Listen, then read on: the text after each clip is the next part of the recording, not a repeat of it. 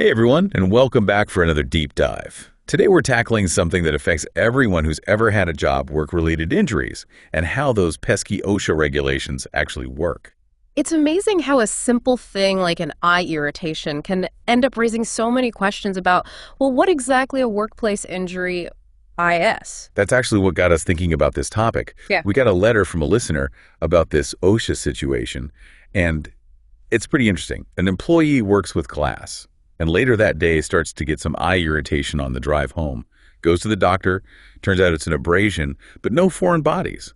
So is this a work-related injury? Should the employer report it to OSHA?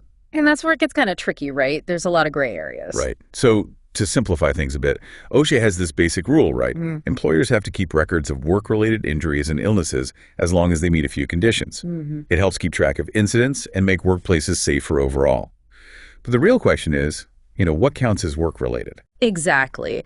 OSHA uses this concept called the presumption of work-relatedness.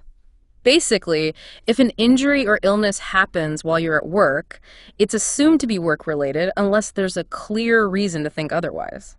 Okay, so there are exceptions to the rule. Like, what if you trip on your way into the office, before you even clock in? That's technically at work, but is it really work-related? You've hit on one of those exceptions. Things can happen at work, but if the cause is totally outside of work, then it might not count as work-related. So tripping because you were, distracted by your phone and not paying attention. Right. That wouldn't necessarily be a recordable injury. So the cause is more important than the location in some cases. Yeah, exactly. And there are other exceptions too.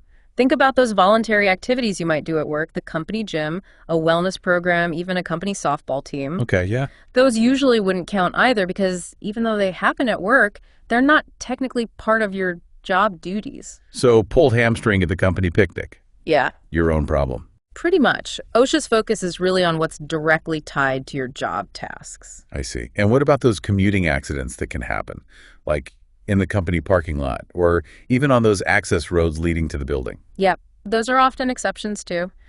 OSHA understands you might be on company property, but not really doing work-related things yet. This is fascinating. Okay, so we've got these exceptions, but what about our glass-working friend from the OSHA letter? He doesn't even know when the injury happened, so how do you even begin to figure that out? That's a great question, and it brings us to what OSHA calls the more likely than not standard. Oh, okay. More likely than not. What does that even mean in practice? Well, basically, the employer has to investigate. They can't just guess. They need to gather some evidence and try to figure out if it's more probable that the injury happened because of work or not. So, like a detective, right? What kind of evidence are they looking for? It all starts with the employee's job, their daily tasks, what kind of tools and materials they use, if there are any known hazards in their environment. So in this case, they'd be looking at the type of glass our worker uses, any chemicals he handles, if there's dust in the air. Right, exactly.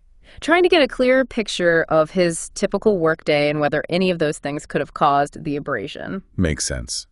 I'm sure they'd also want to talk to him directly to see if he remembers anything specific. That might be a clue, right? Like, did he rub his eye with a dirty glove, or was there anything unusual about his workstation that day? Absolutely. The employee's account of what happened is a crucial part of the puzzle. And the employer needs to keep a record of all this, the evidence, the reasoning behind their final decision. It helps keep things transparent and shows they took the investigation seriously. Wow, it's not as simple as just filling out a form, is it? Definitely not. Yeah. And it's not just about avoiding fines or anything like that. It's about being fair to everyone. If an injury is truly work-related, the employee deserves to have it on record so they can get the right kind of support, But if it's not, then it's important to be clear about that too. I'm starting to see how much complexity can be hidden under the surface of something that seems, at first, so simple. That's why we love doing these deep dives. It's all about peeling back the layers and understanding the thought process behind these regulations. I'm already hooked. So we've talked about what counts as work-related and how employers investigate when things aren't so clear-cut. But what about those official OSHA logs? What actually triggers a recordable incident? What are they looking for specifically? Well, that's the million-dollar question, and we're going to get into all the nitty-gritty details right after the break.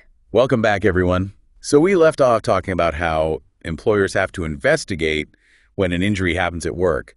But it's not immediately obvious if the cause was actually work-related. Exactly. Like, remember our listener's situation, the guy who works with glass and got that eye abrasion, he didn't know when it happened. Yeah, that's a tough one. How do you even begin to figure out if it's something the employer needs to report? Well, this is where OSHA's more likely than not standard comes in. More likely than not. That sounds kind of vague. What does that actually mean? Basically, the employer has to look into it, right? And not just like make a guess. They have to gather evidence and really try to figure out if it's more probable than not that the injury happened because of something at work. Okay, so it's like detective work. Yeah. But what kind of stuff would an employer be looking for? What counts as evidence in this case? Well, they'd start by really understanding the employee's job. You know, what are their daily tasks? What tools and materials do they use? Are there any known hazards in their work environment? So in our glass worker example, they'd be looking at what type of glass he handles, any chemicals he's exposed to, if there's dust or debris in the air. Exactly. They'd want to get a clear picture of his typical workday and see if any of those regular activities could have caused the abrasion. And I'm sure they'd talk to the employee himself, right? To see if he remembers anything specific. Oh, absolutely. Getting the employee's account is super important. They'd ask him to walk through his day, see if there's anything that stands out, like maybe he remembers rubbing his eye with a dirty glove or something. Right, or if his workstation was different that day, or if anything unusual happened. Yep. Any little detail could be a clue. And the employer needs to document all of this, by the way. The evidence, their reasoning, everything. To show they took it seriously. Exactly. And it's not just about covering themselves legally either. You know, it's about being fair to the employee. If the injury really was work-related, then it should be recorded and the employee should get the right support. Right, but if it wasn't, then that needs to be clear too. Exactly. Okay, so let's say they've done their investigation. Now what? How do they actually apply this more likely than not standard? Yeah, how do you decide? It comes down to weighing the evidence, right? If after looking at everything, they think it's more probable that the injury happened because of work, then they record it in their OSHA logs. But if the evidence points the other way, well, then they wouldn't. So there's some judgment involved. There is, but it has to be a well-informed judgment. You know, it can't just be a random guess. That's why documenting everything is so important. If OSHA ever audits their records, the employer needs to be able to back up their decision. Makes sense. This, more likely than not, standard, does it ever get tricky? Like, what if there's conflicting evidence? Or what if it seems like it really could have gone either way? Oh, definitely. Those are the really tough cases. And unfortunately, there's not always a clear-cut answer, you know? Sometimes it really does come down to a judgment call based on everything they've learned. But the investigation is key. It is. That's how they make sure they're being thorough and impartial. And at the end of the day, it's about making sure the right decision gets made, both for the employer and the employee. This is really making me think about workplace safety in a whole new way. We've gone from a simple eye irritation to a full-blown investigation. Right. And there's even more to consider. In the final part of our deep dive, we're going to look at what actually makes an injury or illness recordable in the first place. You know, what specific criteria does OSHA look for? It's more than you might think. All right, we're back for the final part of our deep dive into OSHA reporting. We've talked about what makes an injury work-related and how those tricky gray areas get investigated. But what about the OSHA logs themselves? What actually makes an injury or illness officially recordable? That's the big question, right? And you might be surprised to learn that not every little thing that happens at work ends up on those logs. Okay, so there are specific criteria. What are some of the things that would definitely trigger a recordable incident? Well, the most serious one, of course, is a fatality. Any death that happens because of a work-related incident has to be reported to OSHA. Makes sense. It's tragic, but it's important information for understanding how to prevent these things from happening in the future.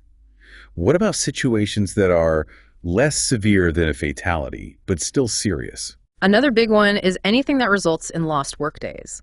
So if an employee has to miss work because of an injury or illness, that's a pretty clear sign that it needs to be recorded. Lost workdays, that's a big deal for OSHA. It is. And it's not just about missing a full day of work. It also includes situations where someone has to work in a restricted capacity because of their injury.